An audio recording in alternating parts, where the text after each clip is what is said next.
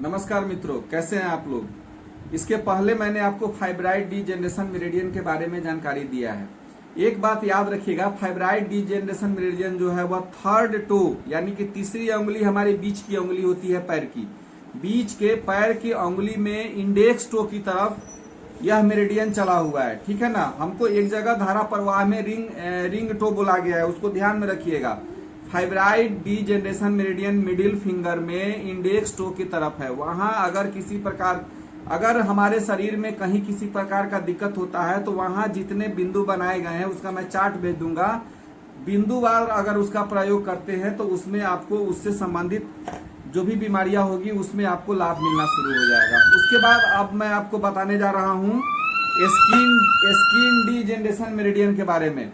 Skin D जब हमारे चमड़े में किसी प्रकार का अपजनन उत्पन्न होता है उस स्थिति में हम लोग अगर चमड़ा में दिक्कत होता है तो लंग मेरिडियन का प्रयोग करते हैं, लार्ज इंटेस्टाइन मेरिडियन का प्रयोग करते हैं।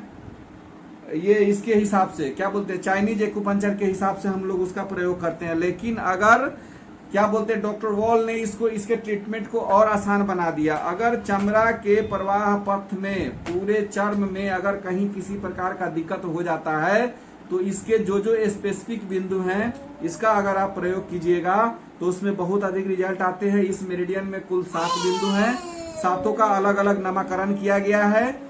उस नामकरण के हिसाब से, उस बिंदु के एरिया के हिसाब से जब उसका आप ट्रीटमेंट करेंगे तो उसमें इसका जबरदस्त रिजल्ट आना शुरू हो जाता है। चमड़ा में कहीं एलर्जी हो, ऑपरेशन के बाद टाका पड़ जाता है कहीं, या बच्चा उच्चा हो जाता है किसी औरत को देखिएगा तो पैर में ये पेड़ू में जो है ना वो झिलमिल करके वो दाग टाइप का हो जाता है। उस स्थिति में अगर आप स्किन डीजेनरेशन मेरिडियन का प्रयोग करिएगा तो बहुत अच्छा रिजल्ट इसमें आता है। घाव के चिन्ह का भी उपचार जो है वह स्किन डीजेनरेशन मेरिडियन में किया जाता है।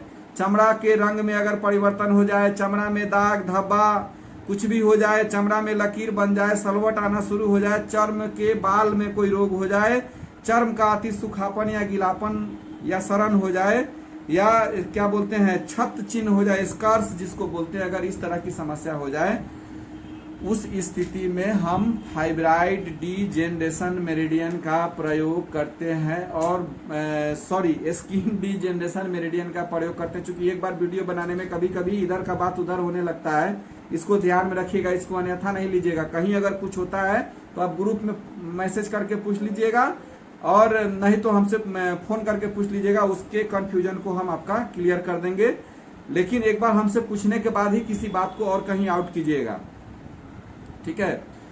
उसके बाद आप देखिए, अब स्किन डीजेनरेशन मेरिडियन में कितने पॉइंट हैं, 7 बिंदु हैं। उसमें SK1 बिंदु जो है, स्किन डीजेनरेशन मेरिडियन का भी वर्गीकरण वैसे ही किया गया। SK1 बिंदु जो है वह हमारे लोअर एक्सट्रीमिटीज में कहीं भी ये हमारे डायफ्राम के नीचे, पेट से लेके पेड़ू से लेके और नीचे के पीठ से जो क्या बोलते हैं स्टमक, ये डायफ्राम के नीचे का जो ST36 का एरिया है, SP6 का एरिया है, उसमें अगर कहीं भी किसी प्रकार का दिक्कत अगर हो जाता है, चाहे पेट का चमड़ा हो, नीचे के पीठ का चमड़ा हो, कूल्हे का चमड़ा हो, या बैठने की जगह पर चमड़ा हो, पैर का चमड़ा हो, शरीर के निचले भाग का चमड़ा हो, कहीं भी दिक्कत हो, उस स्थिति में आप SK1 का प्रयोग कर सकते हैं।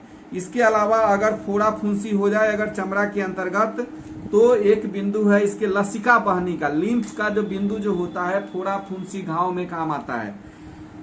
चमड़ा में अगर फोड़ा फुंसी घाव कहीं हो जाता है उस स्थिति में लिम्फ वेसल्स के इसका बिंदु है SK11, इसका हम लोग प्रयोग करते हैं। उसके बाद अगर एलर्जिक रिएक्शन कोई चमड़ा पर कहीं भी हो जाता है तो उस स्थिति में SK12 का प्रयोग करते हैं। कहीं भी चमड़ा में कोई एलर्जी आ जाता है, उसके कारण अगर क्षोभ है, जोर के कारण क्षोभ है, तो आप चले जाइएगा वहां JD1 वाले में। और अगर इसके कारण कोई क्षोभ है तो आप इसका प्रयोग आप करके इसका ट्रीटमेंट करेंगे तो रिजल्ट आएगा। SK13 जो है इसका कंट्रोल मेजरमेंट पॉइंट है। हम हमेशा बोले हैं कि कभी भी ट्रीटमेंट देना है तो जिस बिंदु का ट्रीटमेंट करना है उसके कंट्रोल मेजरमेंट पॉइंट को किसी कीमत पर नहीं भूलना है। उसके कंट्रोल मेजरमेंट पॉइंट को ध्यान में हमेशा रखना है। इसके बाद जो है SK1A, अगर कहीं स्कर हो जाता है, चिन्हा हो जाता है, ऑपरेशन के बाद हो या बच्चा होने के बाद हो, किसी प्रकार का स्कर की स्थिति उत्पन्न हो जाती है, उस स्थिति में SK1 का प्रयोग करेंगे। बहुत अच्छा रिजल्ट है इसके अंतर्गत। इस बात को आप हमेशा ध्यान में रखिएगा। इसके जो अगले 2 बिंदु हैं, मैंने 5 बिंदु के बारे में बता दिया, SK1, SK11, SK2, SK13, और उसके बाद हमने आपको बता दिया SK1A। इसमें SK1 भी नहीं है, इसका SK13 जो है इसके CMP का बिंदु है, इसको याद रखिएगा। अगले वीडियो में अगली जानकारी दूंगा, तब तक के लिए नमस्कार, धन्यवाद।